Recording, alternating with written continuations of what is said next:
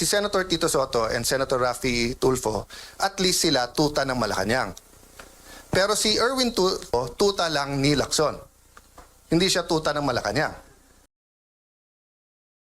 Ilang senador ang tinawag na tuta ng Malacanang ni dating Senate President Alan Peter Cayetano. Kabilang dito sina Senate President Pro Tempore Vicente Soto III at Senator Raffy Tulfo.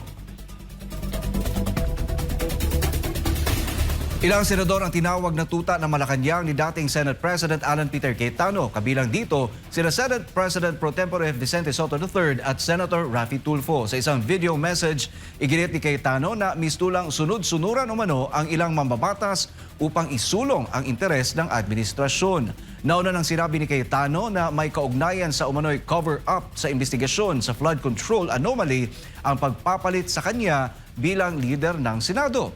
May mga senador naman sa bagong Senate majority ang binanggit ng 18 dating sundalo na umano'y nakatanggap ng male-maletang kickbacks kaugnay sa flood control projects. Bukod kina Soto at Tulfo, tinawag din ni Cayetano na aso si Senator Ping Lacson. Sabi ni Raffy Tulfo, hindi daw sila Malacanang. In other words, hindi sila tuta. Okay. But doon mo makikita yung graduated din experience. Bakit? Kasi si Senator Tito Soto and Senator Raffy Tulfo, at least sila tuta ng Malacanang. Pero si Erwin Tulfo, tuta lang ni Lacson. Hindi siya tuta ng Malacanang. 'Di ba? Kasi nga may hawak sa kanya si Senator Lacson na alam sa kanya. Yung sinabi niya na may tatlong kumausap na wag pumirma. Unang-una, yung dalawa kakampi na nila. Pangalawa, yung kakampi lang isa, nagsabi nakwento din sa akin yon. Sinabi kay Erwin, kami ang ginaganito ngayon. Ito ang hawak sa'yo. 1, 2, 3, 4, 5. Isang araw, ikaw gaganon. Kaya nung una, hindi rin pumirma si Erwin. So, yun ang mahirap sa Senado. 24 lang kami. Araw-araw kami nagkwekwentuhan. Minsan nagiinuman pa. Kaya kung magkwekwento kayo, ayusin nyo kwento nyo kasi alam ko rin yung kwento eh. Sa ngayon, wala pang pahayag ang mga senador na binanggit ni Cayetano kaugnay sa kanyang mga aligasyon.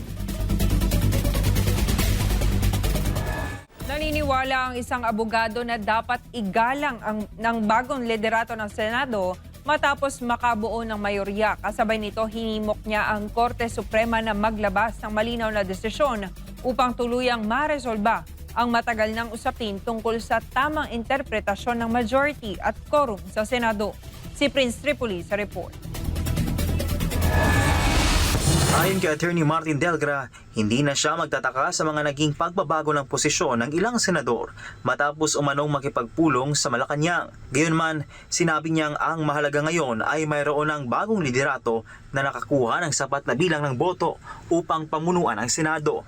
Sinang-ayunan din niya ang pahayag ni Senator Alan Peter Cayetano na dapat igalang ng minorya ang naging resulta ng botohan dahil ito ang proseso ng pagbuo ng mayorya sa Senado. Binigyang diin din ni Delgra na malinaw ang nakasaad sa konstitusyon na 13 senador ang kinakailangang quorum sa Senado. Dahil nakamit ng bagong grupo ang bilang na ito, anya sila na ang kinikilalang mayorya. And I would subscribe to the statement of Senator Peter Alan Cayetano saying that there is already a new leadership and he and his group, the minority bloc, will respect it. Sa kabila ng pagkakabuo ng bagong majority bloc, sinabi ni Delgra na mahalaga pa rin magpasya ang Korte Suprema sa nakabinbing petisyon ng kampo ni Cayetano upang maiwasan ang pag-ulit ng kaparehong sigalot sa hinaharap.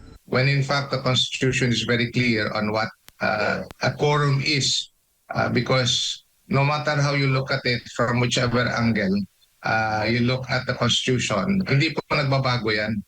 13 talaga yung quorum. Samantala, umaasa si Delgra na ipagpapatuloy ng Korte Suprema ang pagdinig sa petisyon kaugnay ng isyu sa majority bloc upang magkaroon ng pinal at malinaw na gabay sa mga susunod na liderato ng Senado. Para sa Diyos at sa Pilipinas kumahal, Prince Tripoli, SMN News.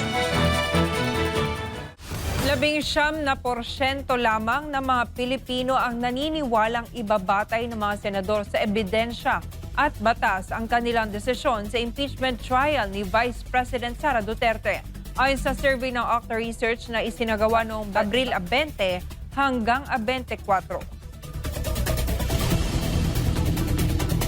Batay sa survey, 32% ang hindi naniniwalang magiging patas ang pagdedesisyon ng Senado, habang 49% naman ang nananatiling hindi tiyak sa magiging takbo ng paglilitis. Ayon sa Okta, mahalagang maipakita ng Senado na ang magiging pasya nito ay nakabatay sa merito ng kaso, ebidensya at batas upang mapanatili ang tiwala ng publiko sa proseso. Samantala sa hiwalay na survey, 74% ng mga respondent ang nagsabing dapat harapin ni Duterte ang impeachment trial upang masagot ang mga aligasyon laban sa kanya.